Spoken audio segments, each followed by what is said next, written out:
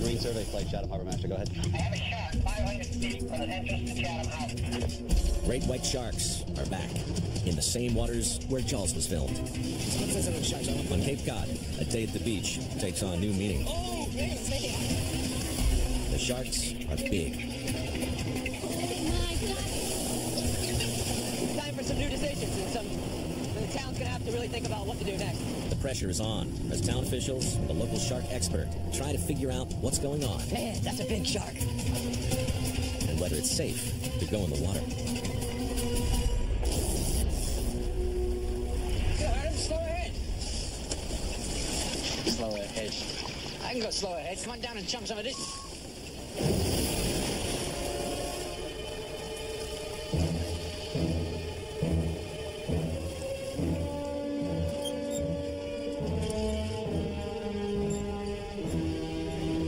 You're gonna need a bigger boat. Jaws triggered panic and fear. Trophy hunters took to the seas. Monster fishing became a hero sport, even though no shark had attacked a human off Massachusetts since the 1930s. Already rare, great white sharks became even rarer. But in 1997, they received protection as a species and slowly began reappearing. Sightings have recently increased, and there's a good reason why. Greg Scommel is a marine biologist with the Massachusetts Division of Marine Fisheries. This is where we saw quite a few white sharks last year. And I'm kind of thinking if we're going to see them this year, they're going to be right here. Just like the scientist in Jaws, he lives to study sharks. It's mid-July 2010, off Chatham, Massachusetts. Greg wants to discover when and why the sharks show up, what they do when they're here, and when they leave. Everything he learns will help the cause of public safety. I've been telling people for 27 years not to worry about sharks, not to worry about shark attack. And now I'm advising towns on when or when not to close beaches. There's no mistaking that the potential, however small it is, exists. Something can go wrong. And I don't want that to happen on my watch. There's a pile of seals. Yep, not venturing too far, though. Greg thinks the recent explosion in the gray seal population is what's luring the great whites back to Cape Cod. Well, they're hanging tight, and I think they're hanging tight for a reason. Yep. Hey, George, I think I got something over here. Why don't you break left? Is it a white? Yeah, sure looks like one. Welcome to Cape Cod, Mr. White Shark. Now I want to get down there. I want to get on these fish. Let the games begin. Greg's first shark of the season is only 6 miles south of Chatham, a town uncannily similar to Amity Island in Jaws. It is a sweltering 90 degrees on Cape Cod right now. That means a lot of people are going to be heading out to our beaches here across the Cape and Islands. This summer could be a tough one for Harbor Master Stuart Smith, who's in charge of public safety. Marine Survey Flight, Chatham Harbor Master, go ahead. Behind the scenes, pressure mounts, just as it did in Jaws. We have no estimates of the population size. Are they just stopping by once, or are they displaying some sense of residency? When are they coming into shore? Does it coincide with some kind of time of day? Dawn, dusk, high tide, low tide? Greg's search area runs from Monomoy Point at the southernmost part of Cape Cod, along South Beach, where the great white was spotted, to Chatham Harbor, where the main swimming beaches are. Spotting great whites from the air is one thing. Getting tags on them is quite another. Monomoy headed north. It's 6 a.m. Skipper Billy Chapralis and Greg are headed to Monomoy Point aboard the Easy Desert. They're looking for sharks. The bigger, the better. Greg's study is the first to track both the inshore movements and the long-range migration routes of the Atlantic great white. Rounding out the crew is Bill's son, Nick. Nick and his father have years of experience harpooning tuna. Today, if all goes well, they'll use those skills to tag the world's deadliest shark. With the boat crew poised for action, George Breen will search for sharks from the air. A clear day, the sharp-eyed pilot should yield a shark or two. In the meantime, Greg checks out a nearby group of seals hauled out on the beach. He's looking for evidence of shark predation. Since gray seals were protected in 1972, their rebound has been stunning. With their numbers still growing, new haul-outs like this are appearing all the time. Good news for hungry sharks. Stacked up on the beach, the seals are nervous. What's that? there's a bite. Hey, Billy, see it? Wow. Boy, that looks like a massive wound. That's a bite. Oh, that's a big bite. Look at the other side of it. It's Greg's first evidence the sharks are hunting nearby, Oh, man, look at it. It's almost in half. possibly very nearby. It looks like he's dead. Oh, it's alive. It's alive. Well, it's a big shark lieutenant, that's for sure. Maybe 14? Yeah, at least. The fatal bite to its underbelly is more than 2 feet wide. Only the jaws of a very large shark could have done this. Poor thing. Nothing we can do. Attack may have happened right here minutes ago. The shark could be under us for all we know. Deep water, close to the shore, gives great whites easy access to the seals. Marine survey flight on channel 16. The shark is off the surf line in about 15 feet of water. He's been up to 3 times. Hey, Greg! Yo! We got a 15-foot white. He's about 300 yards off the South Beach. Let's get him. Let's get the tag. Easy so we can operate. As they race towards South Beach, Greg activates the first of his 3 satellite tags. All set to go. If all goes well, it'll pop off 6 months from today, revealing where the shark has been. We're excitable today. We're excitable. I'm sure this is the one that attacked that seal. The tag is attached to the harpoon, ready to go. Sharks. I'd say he is a couple miles south of the lighthouse beach.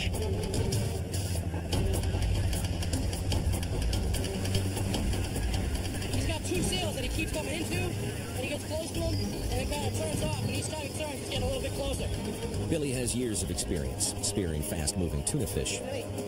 He's one of only a handful of commercial harpoon fishermen left in the country. Communication between George and the plane and the team on the boats is now critical. Okay, about 10 boats, 12 o'clock. Hold on, take it out of gear. Take it out of gear right there. All right, okay now. Nick is at the helm at the tower. You ready? Billy is ready to throw. We're right on it. We're right on it. This shark's starting to get into 11 feet of water, and it's maybe about 15 feet ahead of us, and it's starting to come up. With a clear view of the shark, Billy now takes control. Keep coming, keep coming. Come on. He's just too deep. Not gonna bottom. It's frustrating. We have to have these sharks in the top 3 feet of the surface. Then, the shark turns towards a group of seals close to shore. Going toward the beach, though. I like that. I like that. Trying to tag in such shallow water is extremely dangerous. Follow, Nick. All right. The boat could easily beach in the swell. All right, well, a lot of seals tight to shore. It's all over the place, so he's definitely tuned into these seals. Wow, we're getting into shallow water here. This is, this is exciting as hell. The great white shark that Greg Scoble and his team are trying to tag is leading them into shallower and shallower water. All right, hold on. Let him go ahead of us. Easy, easy. It's a 12-foot juvenile that's stalking some seals. Harpooning in the swell is really tough for Billy. He's got to land the tag within inches of the shark's dorsal fin. Over here, boss. Keep coming, keep coming. Now, in less than 5 feet of water, the shark is within striking distance. Okay, take it out. Keep coming, Nick. Keep coming, Nick. Just got a seal. Oh, back up. Back up. Man, you see him curve? Swam like hell. Man, that's a big shark. He's coming around the boat. He's circling the boat. These fleeting glimpses of an Atlantic great white hunting in shallow water have never been seen before. In other parts of the world, great whites stay deep and attack from below. All right, he's still in. He's still in. I got him. Go ahead, Nick. 10 o'clock. 10 o'clock. See him right there. Right there. Go. I see him.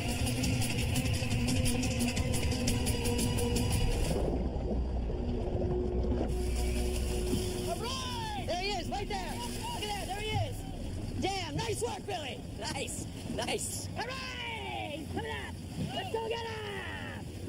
What's the name? You gotta name it. Come on. We'll name it Ruthless, after Ruth, my wife. She'll like that. She'll like it a lot. It was a hard one to tag. You got it, though. She was ruthless. All right, let's put some more out here, huh? God, she's a tolerant Let's do it woman. up. God, is she a tolerant woman. Oh, look what I found. Advanced satellite technology has been used before to track great whites in the Pacific, but not in the Atlantic. Every finding will be new to shark science. For the next 6 months, every move Ruthless makes will be recorded by the tag and later transmitted to a satellite deep in space. Along the East Coast, little research has ever been done on this rare and elusive species. Greg's is the first study in 30 years to examine the behavior of these sharks. We know they occur here in the summertime, but we know they disappear in the wintertime. But where are they going and how are they getting there? You know, are they moving out across the Atlantic? Are they moving into the central Atlantic? Or are they just simply moving north and south? With this new technology, Ruthless and any other sharks Greg tags could reveal the secret life of the Atlantic great white. What are their migration routes? Where do the females give birth? Nobody knows. Over the next 2 weeks, Greg and the Harpoon team tagged 2 more great whites less than 100 yards off South Beach. Storm, a 12-footer, and 14-foot James. It's great for Greg's project, but Chatham's authorities are jittery. So are the tourists and local beachgoers. WXTK Local News. After several sightings of great whites close to Chatham's South Beach, the town has closed the beach to swimmers. It's the first beach closure on the Cape this year. We got some reports of a shark in these waters, so we're closing the beach down. It looks like it's one report now, but there could be more, so great white. Yeah. We're going to shut it down. You can stay on the beach, but there's going to be no swimming until further notice. But South Beach is quite remote. It doesn't get many swimmers. So far, the much more popular beaches inside Chatham Harbor remain open. It's the end of July, and so far, no one has seen a shark inside the harbor. He says we really shouldn't be panicked about all this. You know, the last shark attack in the state of Massachusetts was in 1936. Remember that. But keep in mind, you're also going into a wild environment. The only thing that makes us a little concerned is when the seals kind of hug the shoreline, which they have been recently. They seem kind of spooked. When you have kids swimming in an area and then a seal head pops up, you know, you kind of wave them in. You don't want to overlook the situation.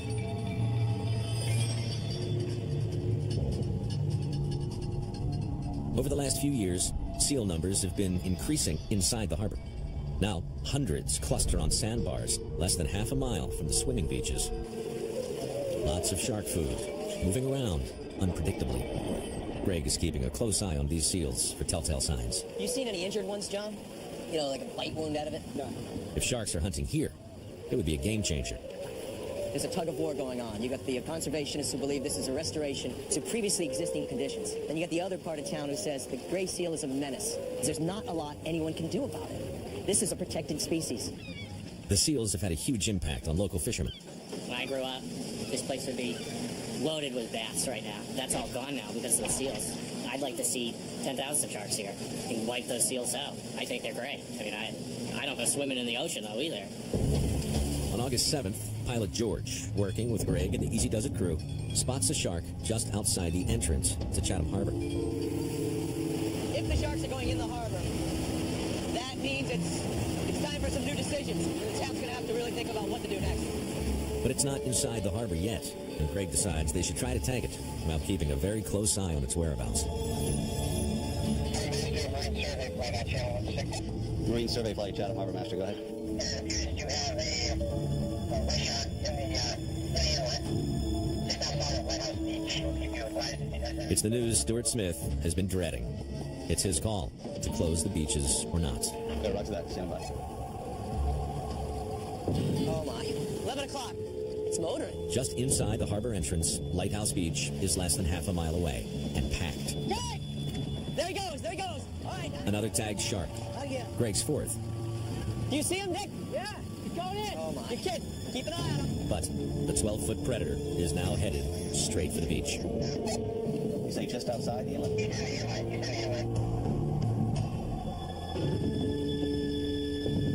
Then, suddenly, it turns and heads back out to sea. Marine Survey Flight Chatham Harbor Master, roger that. We'll be standing by on 16 and 66. It's a tough call, but Stewart decides not to close the beaches inside Chatham Harbor. The South Beach is still closed currently. Everything else is currently open. With the crisis over, Greg goes back to science. This most recent shark, which they name Wilson, has been tagged with different technology. What's called an acoustic tag. A series of receivers anchored to the bottom will sense when sharks with these tags swim by. So we've got plans to put these acoustic receivers out down off Monomoy, in areas where we've tagged lots of white sharks, in areas that are highly populated by people like Chatham Harbor and Lighthouse Beach. Okay, go ahead. The first receiver is just outside the entrance to Chatham Harbor. When an acoustic tagged shark gets within 200 yards of it, the date and time will be recorded by a tiny computer inside. I want to know when these sharks are in here. Are they only here at night, during the day, high tide, low tide? So we're going to see whether these sharks are just stopping by here or they're residing here. Sweet! Nice work, Cap. If Greg can find a pattern to the great white's movements, it could help identify areas that are risky for swimmers. Then comes news of a dead whale floating 12 miles offshore. Whale carcasses are magnets for hungry sharks. Greg wants to get close to his subjects, but there's close and there's too close. Tonight, he has no idea what's in store. There's a dead whale floating 12 miles off Chatham. Great whites are known to scavenge on them, and Greg Scommel wants to get up close and underwater with an Atlantic great white. I don't like to count my chickens, but if there's one white shark there, I'll be a happy guy. And if there isn't, we're going to sit on that damn thing until there is. With Greg is underwater cameraman Nick Halianis. I found the dead whale. So 41 degrees, 37 minutes.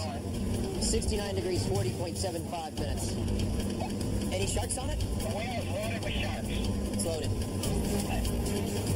You can turn on the TV any week and see footage of great white sharks shot underwater in other parts of the world, in other oceans, not in the Atlantic. The last time anyone filmed white sharks underwater in the Atlantic Ocean was 30 years ago. If they're there, this is a great scenario and an opportunity I've been looking forward to my whole life. What's the distance here from... we got 9 miles about. Oh, there it is. Get off the bow. I see it. I see the birds now. Big belly. Look at that. Let's see who's home. There it is. It's a female humpback, about 35 feet long, weighing over 25 tons. Cause of death? Unknown. It doesn't matter to the sharks. For them, it's an easy meal. Here's a shark right here. Big blue shark. Man. A special pole camera allows Nick and Greg to see what's going on underwater. No sign of any great whites yet, but several blue sharks, up to 9 feet long, circle the whale. The decomposing humpback produces an oily slick that can attract sharks from more than 2 miles away. See the bite mark out of the pectoral fin? That's a good bite mark. That's not going to be done by a blue dog right there. That's a white shark bite mark. The bite is fresh and nearly 3 feet wide. It can only have come from the jaws of a gigantic shark. The blues chow down. This feeding frenzy will strengthen the scent trail, drawing other sharks to the feast. Gotta get these white sharks to get a little bolder if they're here. Come on up. Gotta eat something. I mean, it's too tempting for them.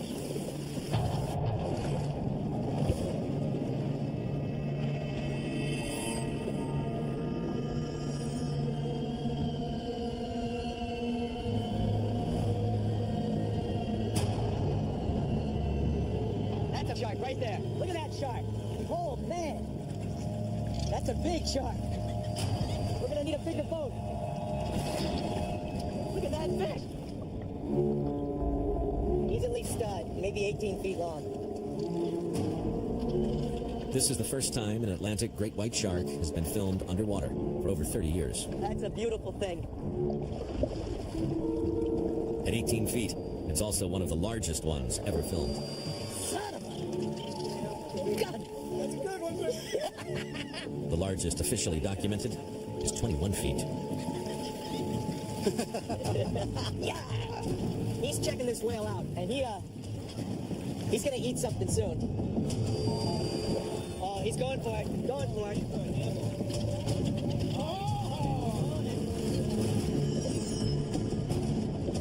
Biting with a force of nearly 2 tons per square inch, it saws off hunks of flesh the size of trash cans. Man, look at the power. He just ripped a hole in the front of that whale. Then, suddenly, the 18-footer abandons its meal and starts to circle the boat.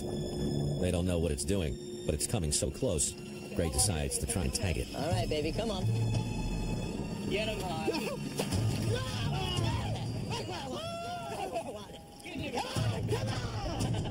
It's the fifth great white to join Greg's study. Like Ruthless and Storm, it now carries a satellite tag. How's that tag look? Good. Is it floating? Yeah, it came right up. This one's set to release in 8 months, in April of 2011. It'll be the last of Greg's tags to deploy. He's got a curved dorsal fin. Like a curl fin. Curl fin is his nickname. Curly. But he turns out to be a she. There's no sign of any male reproductive organs. Curly is a girl, and at a staggering 4 feet across, she could be pregnant. If so, she'll produce up to 14 live young, or pups, after more than a year-long pregnancy. Where Atlantic great whites give birth is a huge question.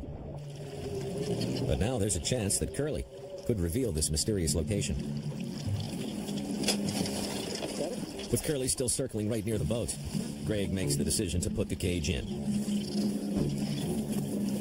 It's risky with a huge shark, but a unique chance to see an Atlantic great white up close. Getting there. Got the nipple ring on and all that? Not yet. Then she turns. Coming back, coming back. Coming back, coming up, coming up. Oh, me, right in the boat. Oh, man. Right here. With Curly still circling under the boat, no one knows what's going to happen next. An 18-foot great white shark has just attacked the research boat. He's right here, coming back to you. But Greg Scomo can't resist getting in the water to photograph this giant shark. Hold on, sit on the edge of the boat. Cameraman Nick Alianis knows firsthand just how risky this is. He nearly died in a bull shark attack. Nick goes first. She's right here. Greg quickly follows. The orange buoys keep the cage afloat. Built of welded aluminum, it's designed to withstand a shark attack. First, they see the blue sharks, and then, out of the gloom, comes 18 feet of pure biting machine.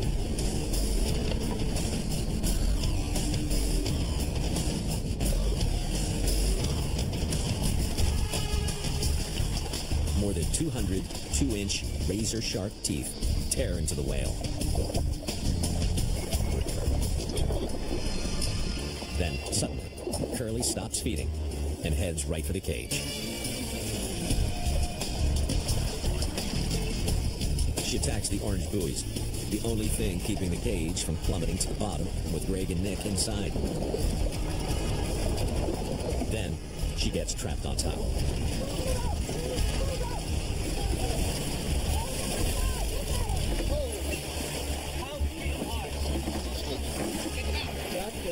Unbelievable. 2 tons of great white thrashing on top of the cage breaks one of the bars and springs the door open.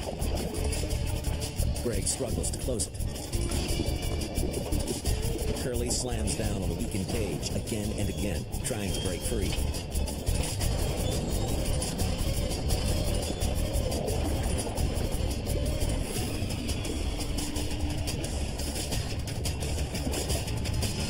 Once free of the cage, she doesn't resume feeding. She lingers.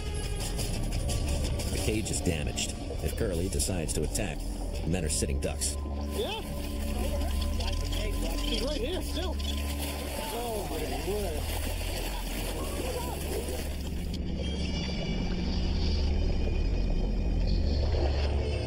Nick is the first to make a break for the boat.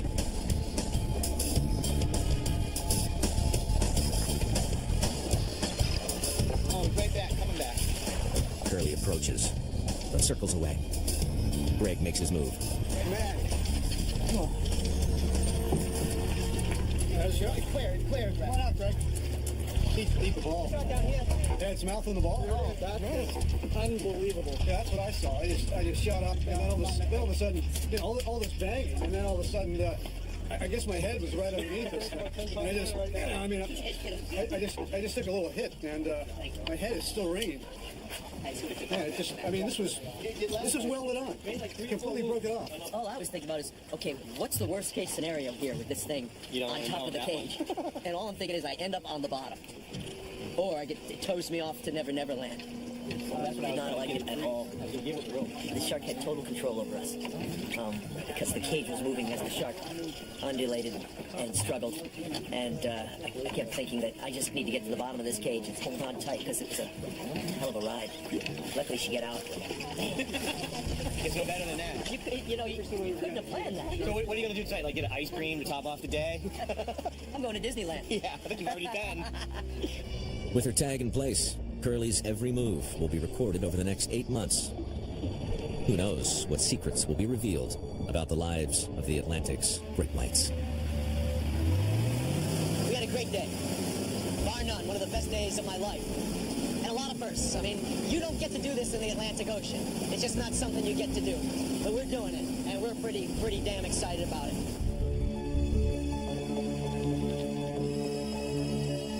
Curly is likely to stay in Cape Cod waters for the summer. But if she gets a hankering for gray seal, and like Wilson, heads for Chatham Harbor, there could be trouble. It's August 12th. 2 fishermen have just reported a shark inside the harbor.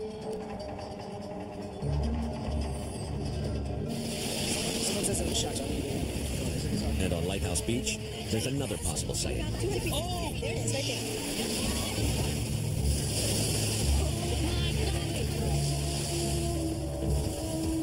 News of the shark in the harbor spreads quickly. Hey, Greg, can you hear me? Go ahead. A couple of minutes ago, we got a report of a shark Inside the harbor. How big was that? 14 foot. Wow. I think it was Stalking the seals on the on that sandbar. Man, okay, I'll have George go fly over it, and we'll check it out, and I'll get back to you.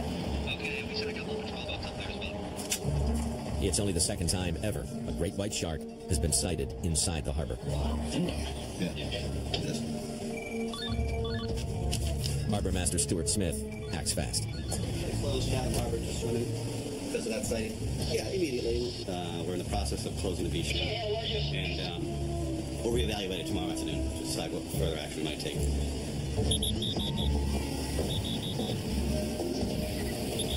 In the town's entire history, the harbor beaches have only been closed once. Well, the town of Chatham has had its second beach closure this year. A great white shark was spotted in Chatham Harbor. The Lighthouse Beach and all other beaches in the harbor have now been closed to swimming. Just south of Chatham, Greg finds chilling evidence of recent shark activity. A seal chopped in two by a single bite could mean a mega shark is in the area, say one the size of Curly. Hard to say who did it, but a very big shark did it. You could see the rake marks from the teeth. You could see how it just severed the whole rear half of the seal. Back in town, the shark sighting sparks a media frenzy. I never swim during Shark Week anyway because it just freaks me out. And then now that we're like living Shark Week. We heard a rumor that one was 3 feet away from shore, which is very scary. Well, we came and 10 minutes later there was a shark. We're not allowed in the water. With the Chatham Harbor beaches now closed, Greg's shark work becomes all the more crucial to the town. He checks the acoustic receiver outside the entrance to the harbor to see how many shark detections there have been in the last few days.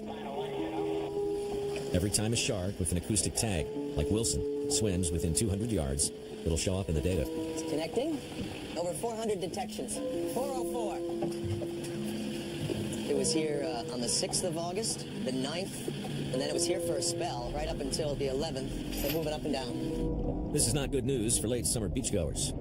The sharks are clearly hanging around. But it is good news for Greg and the return of this great marine predator. In early September, reports come in of shark sightings as far away as Truro, 20 miles to the north. The great whites are on the move. So I think this is a much more widespread phenomenon than perhaps we originally thought. As these seals expand and utilize these areas not only to the south but to the north, these sharks are going to follow. Like California, Australia, and South Africa, Cape Cod is fast becoming a great white hotspot.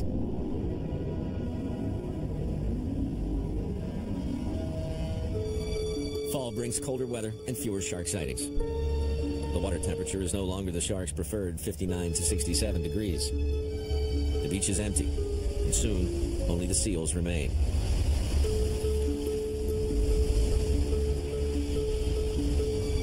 As for Curly, Storm, and Ruthless, the 3 satellite tag sharks, nobody knows where they've gone. Yet. Then, a big surprise. In mid-December, a huge great white is found dead by fishermen a few miles off Chatham. It could be curly. I've got a confirmation that there's a white shark caught by a fisherman just 6 miles from where I'm sitting right now. The shark was at least 18 feet long, so it'd be horrible if this was her. With so little we know about the white sharks in the Atlantic, every shark counts. Curly is the only confirmed female in Greg's study. From the photo, Greg can't tell if the dead shark has a tag. But what's remarkable is that it was taken in December. Now we've got a shark that's staying here. It was caught in water that has to be 42 degrees. It blows my mind simply because white sharks are not supposed to be here. It'll be 4 long months before Greg finds out if the dead shark was Curly. The new year brings good news.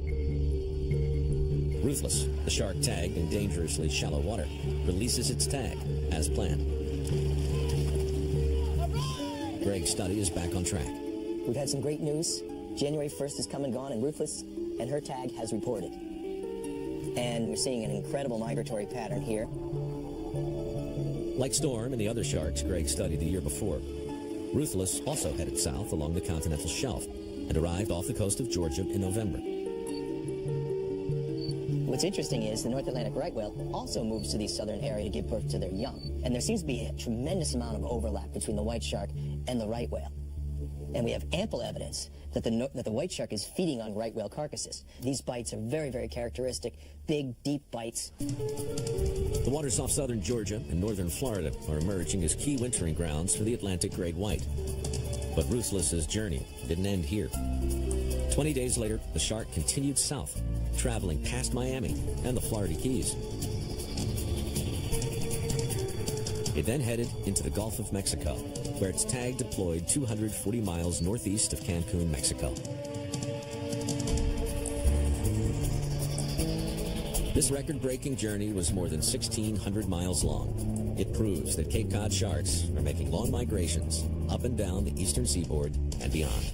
So Ruthless then suddenly did something I completely did not expect. She moved off the continental shelf, diving as deep as 700-800 meters on a daily basis. That's over 2,000 feet deep. It's the first time great whites have been recorded at such depths in the Atlantic. Of course, that begs the question, why? If we talk to our friends in the Pacific who study white sharks, they think this deep diving behavior they're seeing is associated with feeding on giant squid. Could our white sharks be doing the same thing? Well, it's entirely possible. At a length of 12 feet, Ruthless is still an immature shark and only interested in finding food. If it's diving deep to find giant squid, that could help explain why Ruthless made such a huge journey to the squid-rich Gulf of Mexico. 4 months pass, and there's still no sign of Curly, or whether she's alive or dead. Then there is. We've had some great news. Curly's alive. We were concerned that she had died last December, but she's alive and healthy, and about 200 miles off the coast of Georgia. We're hearing from Curly's tag, and the data are coming in right now. Mature female Curly also headed south to warmer seas, but she took a very different and much riskier route, possibly into unprotected international waters. Her tag started reporting not too far from the overwintering grounds where our other white sharks went, and not all that far from the Sargasso Sea, the deep water area just to the east of the shelf. We're seeing something very, very different. She leaves Cape Cod November 17th, 18th, and immediately starts moving offshore. And we know she goes offshore because she goes down to great depths, 700-800 meters, every day. She never comes into the shelf like the other sharks do. Then she heads for warmer water, perhaps to accelerate the development of her unborn young. The warmer the water temperature, the faster her young will grow. Here we are, April. Maybe Curly was moving onto the shelf off of Georgia to give birth to her young in the spring. It's Greg's first big clue that Atlantic great whites may be giving birth somewhere off the Georgia coast. This would be good news for the sharks, as these are protected U.S. waters. But more sharks means more trouble ahead for beach towns like Chatham. As more and more seals lure hungry great whites to shore, the likelihood of a human attack is rising. It's May 2011. The great whites are back here on Cape Cod, sighted off Chatham for the first time this year. Again, several sharks were seen by state fisheries scientist Greg Skomal. Looks like they're back on the Cape, and they are here to stay.